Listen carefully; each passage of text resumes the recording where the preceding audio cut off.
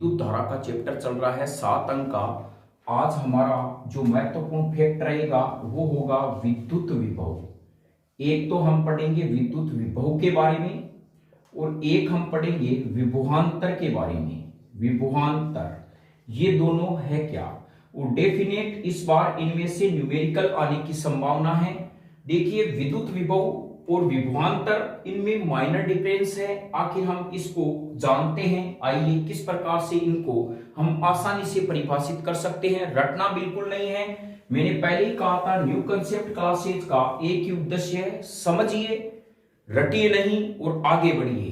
तो यहां पर सबसे पहला पॉइंट हमारे पास में है विद्युत विभव। विद्युत विभव देखिए विद्युत विभव है क्या, इसकी परिभाषा हम समझने का प्रयास करते हैं। मान लीजिए हमारे पास में एक विद्युत क्षेत्र है। यह क्या है? विद्युत क्षेत्र। विद्युत क्षेत्र अर्थात विद्युत के चारों ओर का वह क्षेत्र जिसमें किसी कण को लाने पर वो बल का अनुभव करे, उसे विद्युत क्षेत्र कहा जाता है। सपोज कीजिए मेरे पास में ये एक स्विच बोर्ड है और इसमें तार में करंट फ्लो हो रहा है। यदि मैं यहाँ पे हाथ रखता हूं करंट आता नहीं है, यहां रखता हूं आता नहीं है, यहां रखता हूं आता नहीं है। जैसे ही यहां पर अंगुली जाएगी झटका महसूस होगा, अर्थात यहां पर विद्युत धारा का प्रवाह हो रहा है। इसके आसपास एक क्षेत्र बन रहा है काल्पनिक, जिसे विद्युत क्षेत्र कहा जाता है। तो यह आप समझ गए हैं, ये काल्पनिक पथ विद्युत क्षेत्र है। और यहां पर मेरे पास में है यह इकाई धनावेश। इकाई धनावेश अब हम कह सकते हैं ये इकाई धनावेश प्यारे बच्चों कहां पे है? अनंत पे, क्योंकि आने वाला पार्टिकल्स आपने देखा है जो विद्युत के जो तार होते हैं उस पर जो पक्षी आते हैं वो टकरा जाते हैं, कभी कभी नीचे गिर जाते हैं करंट से। तो वो कोई जरूरी नहीं है वो फिक्स दूरी से आए, वो कहीं से भी आ सकते हैं। तो इसको हम कह सकते हैं अनंत दूरी। अब जैसे ही क्या होता है, मैं इस इकाई धनावेश को यहां तक लाता हूं, यहां तक धीरे धीरे लाता हूं, तो कोई कार्य करना नहीं पड़ता है। जैसे ही मैं यहां पे लाता हूं इसके पास में, और मेरे पास में एक स्थिर बिंदु है, इसको कहा जाता है बिंदु। इस बिंदु पर मुझे इस इकाई धनावेश को लाना है। तो यहां पर जैसे ही मैं लाना चाहूंगा तो हमें पता है विद्युत धारा जो है वो धनावेश के कारण होती है, यानी विद्युत धारा के लिए उत्तरदायी कौन है? धनावेश। धनावेश है वो स्थिर धनावेश होता है, वो विद्युत धारा के लिए उत्तरदायी होता है। ये अपने जहन में बिठा लें। तो जैसे ही मैं इस इकाई धनावेश को लाता हूं प्रतिकर्षण होता है। ये क्या करता है? विद्युत क्षेत्र इसे बाहर फेंकता है। अब सामान्य मनुष्य में इतना पावर नहीं है, इतना हम में पावर नहीं है कि हम इसको इसके अंदर ले जाएं। यह काम किया जाता है मशीन के द्वारा।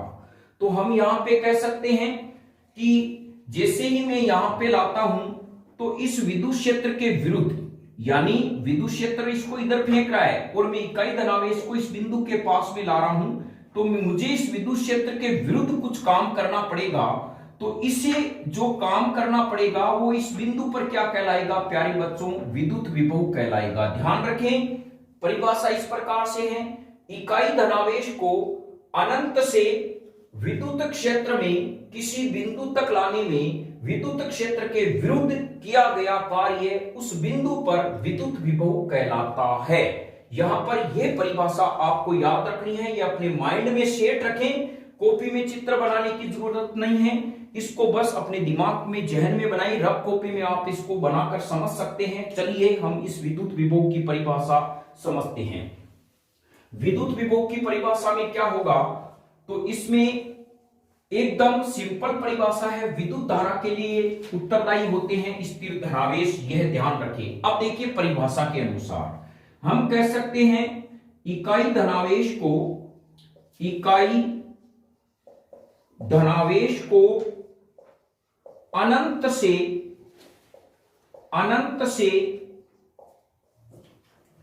विद्युत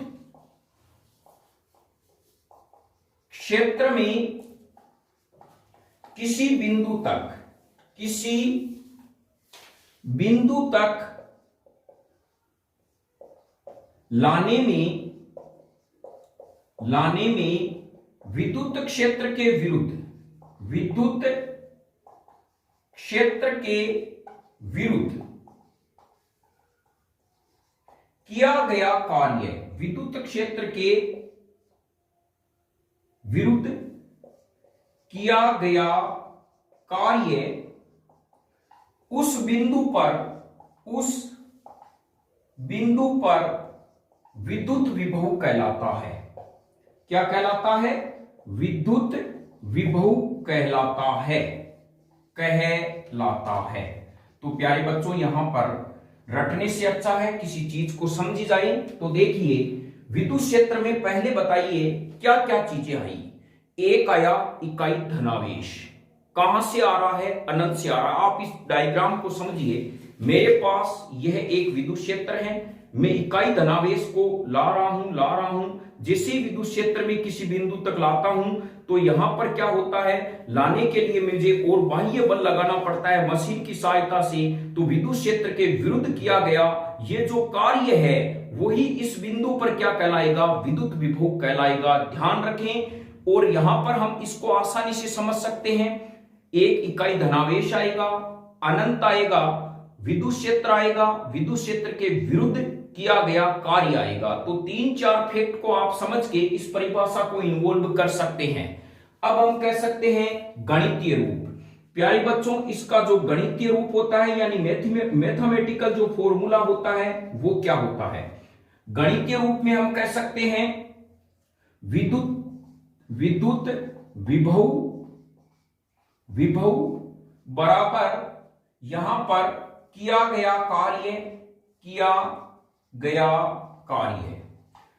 बट्टा स्थिर आवेश, यानी इकाई धनावेश होता है, यानी हम कहें विद्युत क्षेत्र में तो स्थिर आवेश होते हैं, स्थिर आवेश। अब चलिए विद्युत विभव को मैं लिखता हूं यहां पर V के द्वारा।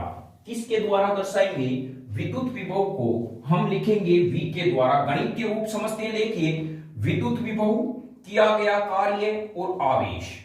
V बराबर यहां होता है W, और यहां पर जो W है उसको मैं अनंत से ला रहा हूं, यानी यहां पे मैं कह सकता हूं W, और यहां पे मेरे पास में है Q0, अर्थात ये मेरे पास में इसका क्या हो गया? गणितीय फॉर्मूला, या V बराबर हम कह सकते हैं W बट्टा Q भी लिख सकते हैं। ये मेरे पास में प्यारे बच्चों क्या हो गया?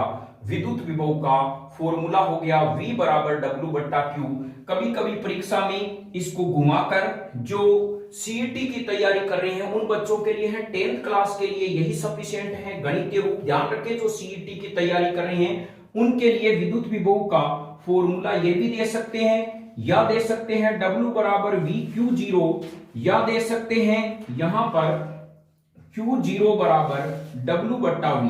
तीनों फॉर्मूले एक ही हैं। कारण क्या है? W को ज्ञात करना है तो इन दोनों को इधर ले जाएंगे, क्रॉस प्रोडक्ट में गुणा करेंगे तो यह मान आएगा। Q ज्ञात करते समय यह होता है, तो यह ध्यान रखें। कभी कभी कंपटीशन में हमें हेरत और अंग्रेज में डालने वाले, घुमाने वाले प्रश्न बनाते इसमें से ही हैं, लेकिन हमारी कंसेप्ट जब क्लियर है, न्यू कंसेप्ट क्लासेस से हम जुड़े हुए हैं, तो ये प्रश्न हमें क्या करेंगे? बढ़त दिलाने में मदद करेंगे। अब नेक्स्ट चलते हैं विद्युत विभव का मात्रक।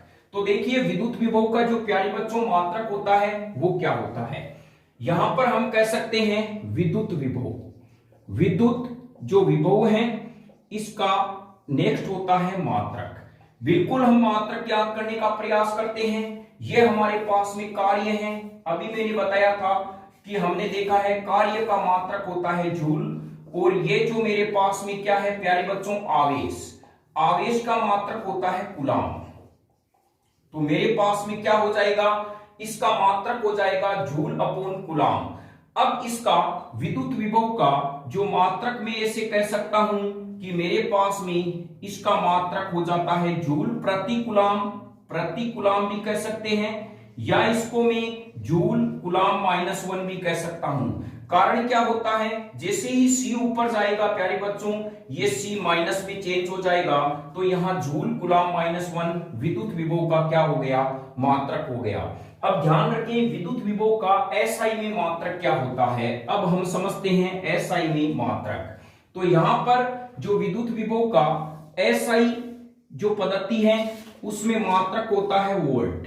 तो प्यारे बच्चों कौन सा मात्रक होता है, हम कह सकते हैं इसका मात्रक होता है वोल्ट। विद्युत विभव और विभवांतर के मात्रक समान होते हैं। अब हमारे पास में आता है यहां पर वोल्ट बराबर मैं यहां कह सकता हूं W/Q।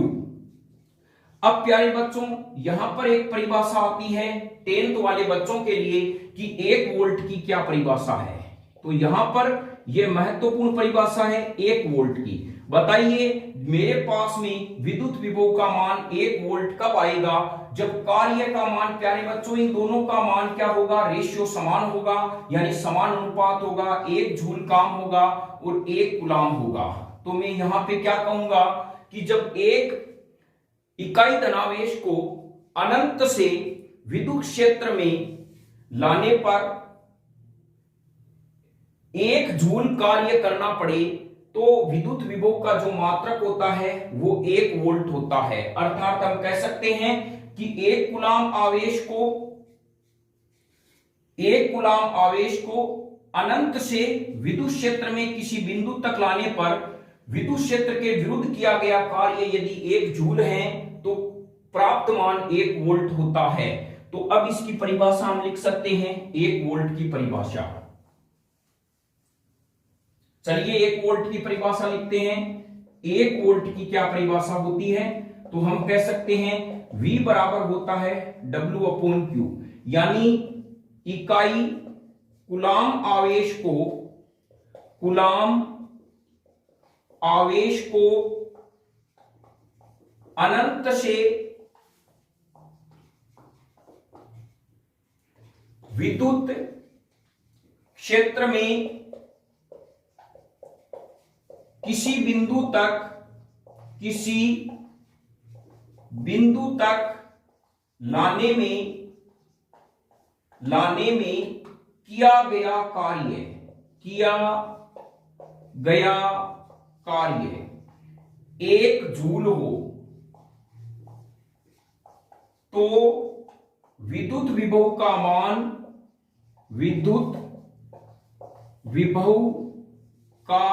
मान 1 वोल्ट होगा। तो यह ध्यान रखें, इस बार क्लास 10th के लिए वेरी इंपॉर्टेंट पर्सन है और जो सीईटी की तैयारी कर रहे हैं उनके लिए V बराबर W/Q का फॉर्मूला ध्यान रखें, यह बहुत ही महत्वपूर्ण फॉर्मूला है। अब नेक्स्ट जो हमारे पास में आता है वो है विभवांतर। विभवांतर होता क्या है उसके बारे में हम जानते हैं। देखिए प्यारे बच्चों, एक शब्द है विद्युत धारा के अंदर शब्द आता है विभवांतर। इसका मतलब होता है विभव और अंतर, अर्थात जो विभव में अंतर है। मेरे पास में एक ये चालक तार है, सपोज कीजिए इसका विद्युत विभव VA है, इसका विद्युत विभव VB है। तो यहां पर परिभाषा क्या बन जाती है, डेल V मेरे पास में क्या आएगा, VB माइनस VA आएगा। तो यहां पर यह परिभाषा बन जाती है किसी चालक तार में 2 सिरों के मध्य जो विभव में अंतर है वो विभवांतर कहलाता है। चलिए इसकी परिभाषा लिखते हैं। तो यह आपके समझ में आ गया होगा। यहां पर जो मेरे पास में है उसका जो A बिंदु है, एक ये मेरे पास B बिंदु है। A बिंदु का विद्युत विभव VA है और B बिंदु का विद्युत विभव VB है। इन दोनों में जो अंतर होगा वो VB माइनस VA होगा। अब हम इसकी परिभाषा लिखते हैं विभवांतर की। विभवांतर की परिभाषा में एक ही शब्द आपको याद रखना है, विभव में अंतर। तो हम कह सकते हैं परिभाषा में हम यहां पर इस प्रकार से लिखेंगे, विभवांतर क्या है, किसी चालक तार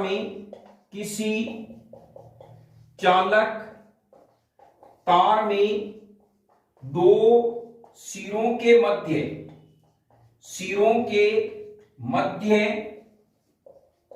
विभव में अंतर विभवांतर कहलाता है।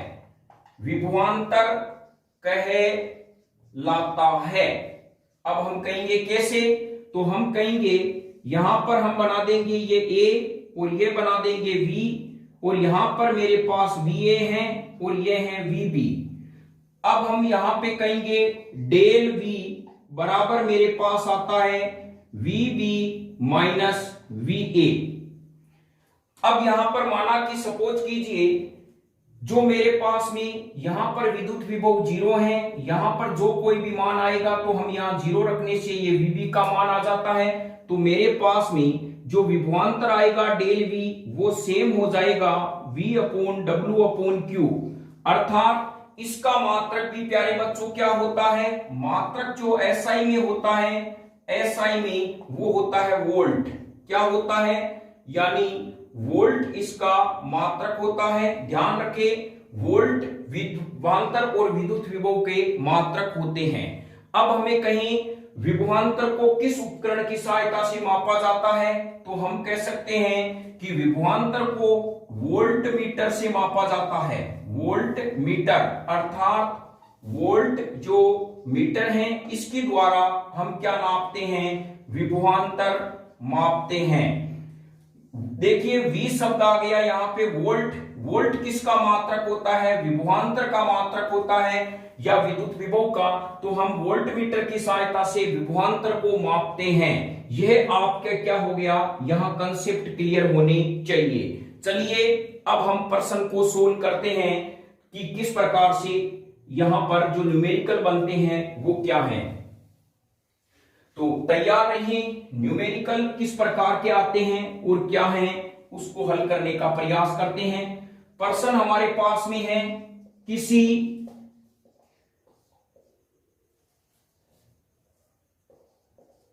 विद्युत क्षेत्र में 4 कूलाम आवेश को लाने पर 8 जूल कार्य करना पड़े